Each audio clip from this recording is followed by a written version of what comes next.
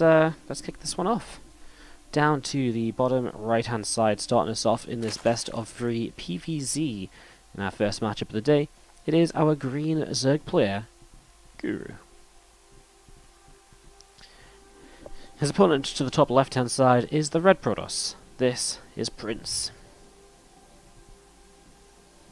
So a PvZ, again, Prince is a Korean Protoss player who, it's kind of cool, we've seen a lot of Korean players kind of signing up, Korean players that we're not super familiar with, honestly.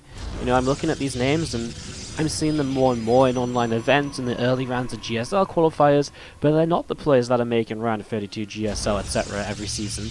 They're players that are actually maybe the next generation of Korean StarCraft 2 pros, which is really, really cool because we haven't really seen these guys playing in tournaments ever, honestly. I mean, it's been a long time since I've seen a tournament, especially online ones even, where there's been Korean players who aren't the names that we expect to see day in and day out. So, very, very interesting as we do get ready to kick this off and look to see what direction this game is going to be headed. As we'll see the Nexus again thrown down here by Prince. Again, Nexus core opening is nothing too crazy, and the hatch gas pool from Guru as well. Guru finished second place in our WardiTV weekly event yesterday, and that was against Denver in the grand finals. We'll see if there's going to be a similar scenario here today, see if you can have a similar run. Today we have $50 in prize pool available to the players, $40 first, $10 second, and the top 2 players, most importantly, qualify to the main tournament. The main tournament is going to be taking place over the next couple of weeks, and we're going to be bringing you this action. This is an invitational event, but we like to win a couple of qualifiers just as some extra little bits and pieces of action, you know, a couple of extra kind of days. And I feel it's always good, even if we have the majority of players invited, I feel it's nice to be able to say, hey guys, you know, while we're going to invite most of the players, I still want anyone to have the chance to come in and potentially play in the tournament. So yeah, cool. That's kind of the thought process behind having qualifiers, just because some people will be like, if it's an invitational, why is there qualifiers? But it is because there's going to be 20 players in total, if everything goes correct. And with 20 players in total, we're going to be having 16 of those invited, so it is kind of like the majority invite, and then just a few qualified players on top of that there. Again, it gives us a couple of extra broadcasts, it gives us some time to hype up the event, get excited about it, and all of that good stuff. And that's always a big positive here, as we're going to see this Adept will commit to the shade beyond the Zerglings. Ooh, if he hadn't turned away, he might have been able to deny that hatchery from coming down here for just a couple of moments. So that would have been nice. Unfortunately, it doesn't quite happen. And now we're going to have this Adept and this Queen having a little bit of a fight over here, when the Adept is just going to end up shading away back towards the center of the map now instead. We see a lair on the way up on the natural expansion as well, so Guru setting up in towards his lair pretty quickly actually, as we do see this Twilight Council being used for the Dark Shrine and into the Robo facility as well, so heading in towards an Archon drop in the next few moments.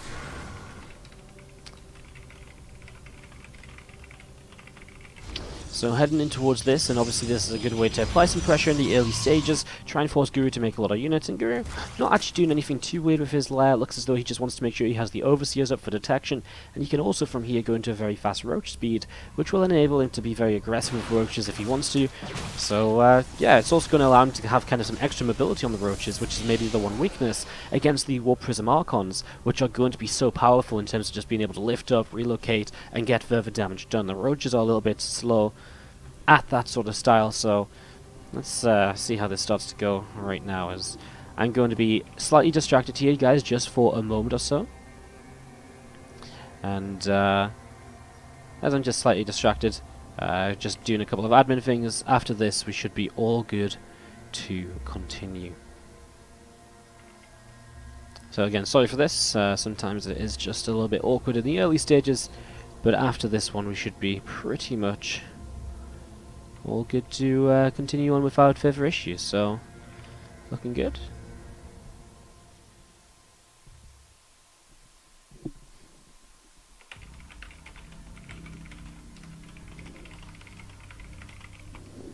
Awesome.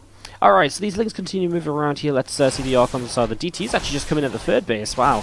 Well, that's a little bit awkward here, because Guru, he does have an Overseer now coming out, but it's just a little bit too late, and so the third hatchery is going to fall, and Prince has done some pretty good damage here. Ooh, loses one of the DTs, that's a little bit of a shame, but killing the third hatchery already is a fantastic job from him. Sorry again, guys, it's just having to update the bracket a little bit with some walkovers, but everything seems to be sorted now. So, from this point, we do see the Archons morphing in, and Guru is in a bit of a weird spot. He just lost his third base, and what does he do from here? He'll begin to re-expand, but does he want to go aggressive? I mean, the Roach Speeder is about to finish up, so the potential to move across the map is there, but Prince, he's getting an Immortal up. His extra gateways are coming through, he's got charge on the way. It kind of feels like an attack is probably not going to be that successful, and most importantly, Guru can kind of, or Prince can kind of control whether Guru attacks or not, because these Archons are going to stop Guru from moving across the map without leaving something at home. And at that point, when you're leaving a few units at home to defend anyway, maybe it's just better to stay at home altogether. I mean, it's never going to be a great position once you lose your third hatchery, and that's what we're kind of seeing. There's no kind of amazing option at this point, as we see a few Roaches and a Ravager or two moving forwards onto the map out in towards the centre. Queen cooks away at these Archons a little bit as well, which are going to get themselves one kill, and ooh, that was very gnarly, the War Prism going down right there, so that would have been a little bit of a shame. War Prism is going to continue up the left hand side then, and we are going to be seeing, and again, the charge here from Prince is about to be finishing up. So charge upgrade about to finish up, a couple more DTs are warping in, and we are going to be seeing that Hydralus Den from Guru finishing up as well. So as we stand, we're at this sort of point where between the players, Prince has definitely got a bit of an upper hand from how this game has gone early, but Guru is beginning to stabilise. His third hatchery is back up now. He's going to regain the mining, which he's not really had in his favour. Obviously he's been mining a little bit more, but his Zerg would have been liking to be in a better position than that from this sort of stage. So Guru's at this sort of point where he's starting to look pretty okay and stabilised, and he's getting into his more standard setup. But Prince has had a very good position for a while now, and with two Archons in the Prism still, he has the Prism still to warp in more units. This attack could be absolutely deadly, because Guru, again, he's been without the third hatchery here, and without the third hatchery has put him into a little bit of a tough spot. So we're going to be seeing these Roaches, Ravagers and Hydras gathering together. They need to defend, but against 5 Archons, 3 Immortals, and obviously kind of what, like 7, 8 warp-ins of Zealots at a time. That is, look at that, mass Chrono Boost on the gates to get that extra set of Zealots out here. Well, all he has to do is keep the War Prism very safe, and so far it's definitely far enough back to do that, as the Zealots are going to be charging forwards. And we are going to be seeing the force fields here. So far so good, and we are just going to be having this entire army just pushing forwards, and Guru is not going to have much of an answer. There's the extra Zealot reinforcements, and again they come in a good position, and I like this from Prince. He just goes to the left hand side and says, okay, well, now I can force a fight, because you have to come towards me now, and I'm going to be able to cut away at units that are kind of spawning out of the third base. Just kind of putting himself in a scary position. These Zealots over here actually getting a lot done without even needing the main army to attack on in. As we are going to be seeing those Zealots just continue to move in towards the third, and we are going to be seeing, oh my god, even the drones having to stop this fight right now, targeting down a Spore Crawler, Overlords are dropping. Guru is in a lot of trouble, and Prince is looking as though he might be able to take game number 1 off of Guru here in our very first matchup of the day. Zealots continue to fire away on this third hatchery, and again, it's just Guru who can't even move out of his natural. Prince continues with this attack because he doesn't need to do anything else. As long as he takes a somewhat decent fight here, he should be just fine, as the corrosive bars are dropping down, and here we go, a couple of force fields. He just plays this so slowly and calmly, picks off a couple of units, backs away once again. Third hatchery is going to go down in a moment or two, as we do see these units are going to make a fight forwards, but I think the reality is, okay, there's a lot of sentries in this army and they don't do a lot of damage, but as the Zealots come forwards once again, they can do a lot of tanking. This is actually a lot closer than it maybe ever should be, but even still, is it really close? I mean, there's still 3 Immortals up, and sometimes when these sort of attacks look close, they're not actually close. They're kind of just, yeah, on Blackpink. Alright, well, up 1 game. To the top right hand side is our blue Protoss player. This is Prince. Going up against the green Zerg to the bottom left hand side, this is Guru. What's up, Vitalisk in the chat? How's everyone in the chat doing? We've got Bobbin up in here today. Hope you're all doing well, and hope you're all ready for, again, a day of StarCraft 2 action. I'm looking forward to it myself. I think it should be a lot of fun. Let's see what's going to happen here.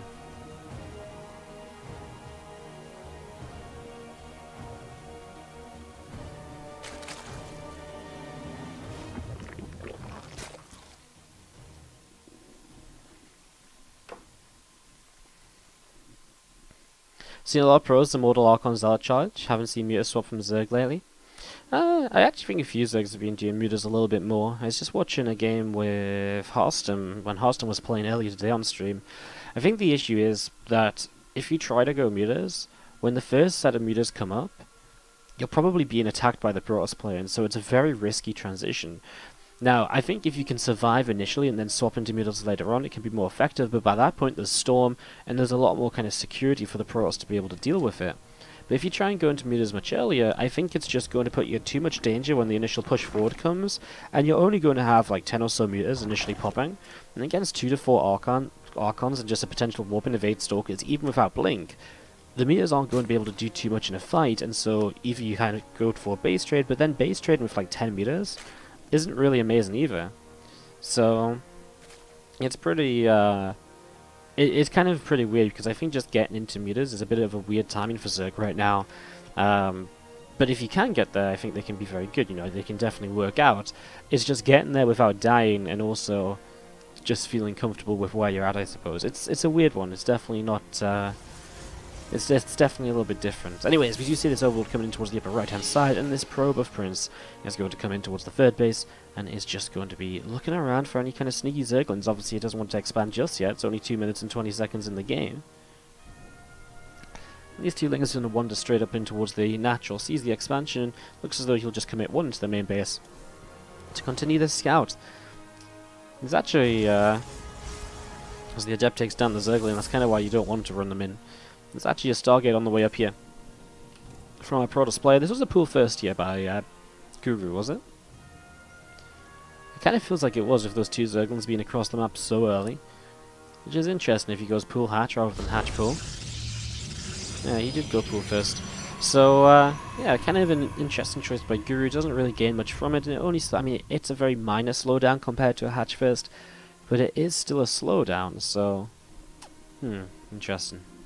Anyways, we're going to be seeing this probe pulling back home, and the lair starting up from from Guru, in a very similar stage as what we saw in the last game. Said Bly there because I just saw Bly typing something in the chat channel, over on the admin account, so sorry for that. What's up, Fresh like, how you doing today? Says hi, Wardy in the chat. So you are going to be seeing this Phoenix out from the Stargate and starting to hunt down an Overlord. Now, he doesn't even go into the Oracle. He goes straight into a Twilight Council and a Robo Facility, which is very suggestive here of a couple of possible things. It's almost definitely going to be an upgrade off the Twilight, either Resonating Glaives or Charge. And I'm kind of feeling Resonating Glaives. Try and attack early and put yourself in a strong position. It's something I saw Hearthstone, I keep referring to Hearthstone today, but I saw Hearthstone doing this a lot last night when we were casting in the Base Trade TV Star League over on Base Trade TV. So, as that Twilight Council finishes, no, it is going to be Charged, so not Glaives, as I was maybe suggested and as Hearthstone was going for a lot last night. And okay, that is why, because he's pulled fully out of gas in the main base. And it's a little bit of a mind game, because he even takes this gas here, hoping that his opponent maybe scouts it quickly, and he has. Guru has seen these gases being taken. And so for Guru, it looks as though the natural expansion is now mining gas, but in reality, it isn't. Now he puts a couple of workers in gas, because maybe he wants to get a single sentry or so, etc. But the important thing is, he's not mining the gas for anything else. He's going to go pure Zealots, and this allows him to go up to 9 gateways instead of 8, and again, he's just going to chrono out Zealots as fast as he can, and hope that he can overwhelm Guru in the next couple of minutes to take this series 2-0. So let's see if it works out for Prince. These Zerglings trying to come up the ramp, and again, you know, they don't really get much further over confirmation as to what's going on. They just see a couple of Adepts. The Warp Piston comes down the right-hand side, and ooh, Guru. He is going to spot the Warp Piston. Oh my god, he avoids it. Wow, that's awesome for Prince, because now Guru even less information as to what's going on. However, on 45 drones, he's starting to mass up roaches, so he's playing very safely. He's kind of figuring out, something's a bit weird, so he's getting enough roaches up. First set of Zealots warp in now. This doesn't look so scary, but when all of a sudden you double this Zealot count, it starts to look a lot scary. And yes, there's roaches, but those roaches actually die surprisingly fast sometimes when this many Zealots hit in. Let's see how this goes, because again, Guru has not seen any of this so far. Prince has the one Phoenix he can also bring into play as well. It doesn't seem like a lot, but a single lift up on a single Roach, it's one less Roach fighting in this army. So here we go. This army of Prince is moving forwards. The Queens are gathering with the Roaches though, and that's a great start. So the Zealots obviously have charge, and so they'll start charging towards these Roaches right now. One Roach on the right side, on the top side I should say, actually brought the kind of Zealots away kind of in a bit of an odd kind of location for a moment or two there. We're going to see another Sentry Kids coming in, just the Force Field to try and block the Roaches from kiting, but I think you can see that the Zealot count is not really making as much progress as he'd like it to. These roaches are going to have to keep on kiting. I mean, the Zealots are continuing to warp in. The Queens have gone down, and that means the Warp Prism is very safe to just sit here and continue targeting down units as they warping in units as they are available. And that's the issue, right? Just another 2 Zealots at a time, another 3 Zealots, and it feels as though Guru is getting enough up to deal with this. And as those Zealots get pushed away, Prince is going to be shut down in this game. And now where do you go from here? Well, it's a bit of an awkward spot, if I'm going to be honest with you guys, because at this sort of stage, what would you actually really like to do? I mean, not really very much. More Zealots dropping off over here and going to charge in towards Roaches and Queens, but I think the reality is, as Prince loads those Zealots back up, that Guru just has too much. I mean, moving across the map, what do? Warp in 8 Zealots? They're stuck behind a wall of. There's no way these are going to be able to do what you need them to. Guru with enough of an army. He's got roach speed as well, so he's got that little bit of extra mobility on the roaches. I like this, maybe get those Zealots over there and then warp in over here again to counter, but you can just see that Guru is just going to kite backwards here, and yes, he may lose a couple of roaches in the process, but the fact that you're warping in Zealots defensively with this build is never a good sign, and Guru is just free to do whatever he wants at home in the meantime. He's up to 54 workers against 34 now, and we're just going to be seeing this Blaster Depth going down too, and that's pretty much everything over on this side. This Ravager micros away from these Zealots over here, and it might just about stay alive. If charge comes in on the Zealots, it will get one more kill, but I mean, that really is it. Well, this is actually interesting. He's going to force field the main base ram. He's going to go for the lair kill. He actually might get this. And there's not many Zealots on the way out, and many roaches on the way out in the main. He needs to hit this force field though, and there it is. The force field is good. Lifts up the sentries into the Warp Prism. Needs to move the Warp Prism back a little bit. The Corrosive Vial was good though, and so maybe not enough damage done here as he'll go for the recall. Not a bad idea to try and save some units. It was a nice idea from Prince, but obviously with the Corrosive Vial, you can break through that force field, and the second force field was not there in time to replace it and to actually allow for the continued blocking of those units. So the drones didn't even fall, they just pulled away for a little while there, and Prince, he's really kind of pulling, all the tricks out of his sleeve to try and show us, hey, look at what I can do here, look at what I can make happen. But it's just not enough after being so far behind early. But it's nice to see him trying. No, he's not just kind of like, oh yeah, well, this one failed, let's give up. He's trying and trying, he's trying everything he can. He is one to open this series, so if Guru wins this one, it goes to a 1-1 scoreline. We're tied up, and from there, we go into game number 3, of course. So he's not over for Prince just yet as he attacks in towards the third base again. I mean, there's a lot of Zealots here once more. Quite a few Queens also coming along. This Queen misses its transfusion of the Spine Crawler. Guru out of position is now going to see another warp in on the main base. Oh my god. Prince is getting like a surprising amount of damage done with laser attacks. Like, Guru is now losing even more economy. Like, how is this even happening? Continuing to force field here at the moment. 20 workers going down. This time he's actually getting drone kills, and that's a massive deal compared to before.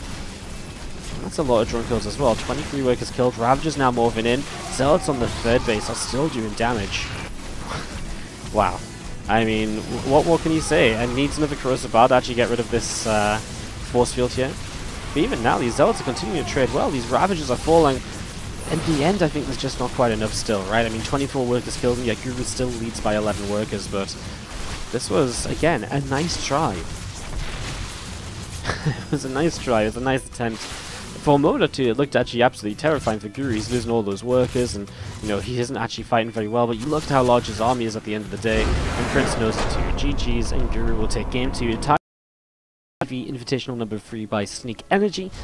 Do make sure you hit that !Sneak command in the chat and check out the link to find out more about Sneak going into the future. They're an energy drink designed for gamers, and again, it's a big plus for me. It gets my double thumbs up in terms of approval.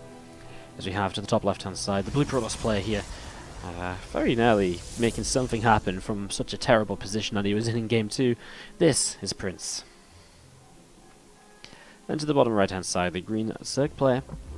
This is Guru. Again, second place in WardiTV Weekly yesterday. It was fun to see him playing a little bit. And we'll see how far he can go here today. And again, I am not going to lie, today is a pretty stacked bracket, I feel. Looking at the bracket already, Max said in the round of 8. That's a pretty cool matchup potentially against maybe Namshar in the round of 8. I'm watching out for that one. We've also potentially got Optimus Guru in the round of 8, Euthermal Nice potentially, and Bly Denver. And if we're just kind of picking favourites, obviously upsets can happen. But just to kind of quickly go through a couple of those possibilities, there's some cool matches in the quarterfinals here today. That should be coming up a little bit later on, so keeping our eyes open for those and seeing what we can maybe jump into to bring you guys some extra StarCraft 2 action. What's up, Fen and Talk, coming in for the 2-month resub on the Twitch Prime. Thank you so much for your resub, bro. Hope you're doing well, and thank you so much for continuing to support the stream. Really do appreciate it. Don't forget, guys, we are going to be sending out replay pack again at the end of this week, once we've had a few more games casted, and so the replay pack's a bit beefier for you all. So if you're enjoying any of the matches you've seen today, or the previous few days on the stream, all of that's going to be going out in the replay pack on Saturday or Sunday. So if you want to get your hands on that, you have to be a subscriber, and you'll be able to download it through Discord, or we'll send it out in a sub message. So yeah, if you want to support the channel and get some replays out of it, consider subscribing. You can also follow to see when we're going live in the future, and all support allows us to continue running events like this one in the future of WardiTV and StarCraft 2 as well. So obviously that's a big plus from us as well, because we want to bring you guys as many awesome StarCraft 2 events as possible for as long as possible here. As we do see the solo game setup though, 2 adepts already and a 3rd adept on the way out. The Stargate is starting up its Oracle and it's Chrono boosting. How much damage can Prince get done in the next few moments? At this stage, he's looking for quite a few drones, and you know what? Guru only has 4 Zerglings, which really isn't many. He takes a lot of damage running by these queens initially, but he will get himself 1 drone. Now into the main base, there's a couple of lings and a queen here, but he's going to get 3-4 workers. Prince has put himself in a great position right away, and there should be 1 more drone going down. No, nice Spore Crawler deny right there. And the Spore Crawler will probably be kept to actually get ready against an Oracle now, but it won't be ready in time for the Oracle to actually arrive. That's a badass Oracle skin, by the way. Wow, that looks so sick. It's like blue and red. Anyways, it dives in, and we're going to be seeing a few of these drones already being targeted, and I mean, that's 7, 8 workers going down. Oh man, I mean, 9 workers killed already in this early stage. Ooh, it just keeps the Oracle alive as well. Obviously, that's a big deal, because losing the Oracle completely changes the pacing of the game. Especially if it's a proxied Stargate, because you're obviously looking to get more damage done with a 2nd Oracle too, and 2 Oracles together are so powerful, because as they dive in, boom, you start zapping down drones in one shot, and the worker count for the Zerg player takes some heavy, heavy hits. Now behind this Prince, he has got his gases rolling this time around, and this time he probably will be looking to continue using them. He's got his Twilight Council on his Robo Facility coming up, and so the possibility of a counter-attack follow-up, or just a follow-up here, being something like Charge again, is very, very high. So setting up in towards that as these 2 Oracles are thinking about where they want to dive in, and he is going to make sure to lead with the higher health Oracle to make sure that's the one that tanks some of the damage here, so you can stick around a bit longer. But a good response from Guru allows only 2 workers to go down, but it is still 2 more workers, and every worker that goes down here is something else that just slows our Zerg player into the near future, and just slows what he can do as our Protoss sets up into Templar Archives, a Prism, and the Charge upgrade, getting ready to potentially follow up with aggression here yet again. So setting up for that, we see the Balin Nest is also coming down behind this natural mineral line. And it's going to be finishing in just a couple of moments, so we are going to be seeing again quite a few of these drones taking some more shots. There's 2 more workers going down as the Oracles escape off to the right hand side, so they're just about going to be able to stay alive. Here's that Warp Prism does pop out of the Robo facility. And as the Warp Prism's out of the Robo, we see 4 more gates. This is now 8 gateways, and I kind of get the feeling that we're probably going to be seeing some pretty high octane aggression out of Prince. I don't think this is 8 gates into like a super safe Nexus or anything. This is definitely looking more to be a full-on kind of attack. It's kind of weird lately, because Protoss players have been making a ton of gates before their 3rd Nexuses a lot of the time. But in this scenario, I really do feel as though this is one of the ones where we're looking at a lot of charge lots in the near future. Big benefit here right away, being able to wharf those Archons in on the left-hand side from the High Templar without being harassed by Zerglings or anything. The Zerglings actually going up the right as well, and well, there's big attacks getting ready to go. Obviously, the first Warming Zealot should be ready any moment now. There is some Banelings, but if the Archons can get in front and tank against those Banelings, this could be really, really bad here for Guru. Because if those Archons tank the Baneling shots, all of a sudden we are talking about Zealots against Lings and Hydras, and they are going to shred absolutely everything. So let's see what happens. An Adept and a Stalker at home to defend. That's a lot of Lings not at home to defend here, actually. Another Warp Prism to the main base, which can obviously cause some issues as well, as those Lings and Banes aren't going to commit just yet. But once the Zealots go into the main base, that's maybe when we're going to be seeing Prince actually looking to strike the 3rd base instead. He's actually going to morph in an Archon and a few Zealots. You can see that Guru's kind of somewhat aware of this here. Maybe he caught a glimpse of something, or maybe he's just aware of the possibility of a second Warp Prism. It's definitely not out of the question in this sort of scenario. He's going to send those Archons and Zealot from this side, and now he's going to warp into the main base in general. The rest of the army on the left, though, can still move forwards at a moment's notice.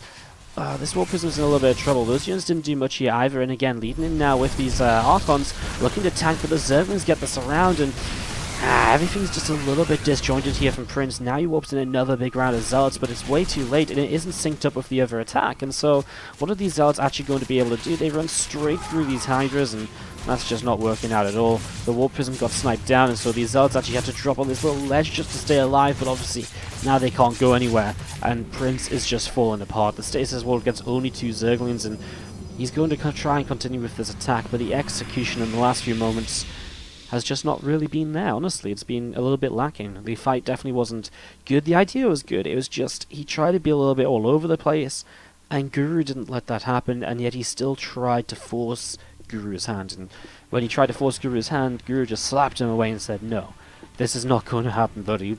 Please realize that this is not working." And now he puts him into a very, very good position here as we continue on.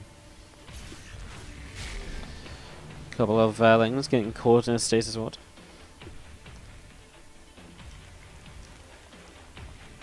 Queen and Hydra jumping up in towards the main base as well, as we see this Warp Prism coming all the way off over to the right hand side, going to try and do something once more here, building up for yet another attack as Guru continues to attack. I mean, Lurkenden coming down, and that's just how confident he is with the position that he's in, as this Warp Prism gets turned away instantly by a small handful of Hydralisks. Now, I will say there isn't that many Banelings here, but I wonder if that many Banelings really matters based on the fact that there's just so much Ling Hydra. Well, I guess we're about to find out. The few Banelings that do move forwards, they get okayish connections, I suppose, but the Archons are already dead, and there's enough Hydras left fighting to really just keep pushing this away again, and so here we are. Prince is just falling apart right now, and again, Guru just has a little bit too much. I mean, you can't blame Prince for continuing to try, because he really is all in with this. But at this stage, it's just a little bit too much from Guru, and that's going to be GG, and it's going to be Guru taking this.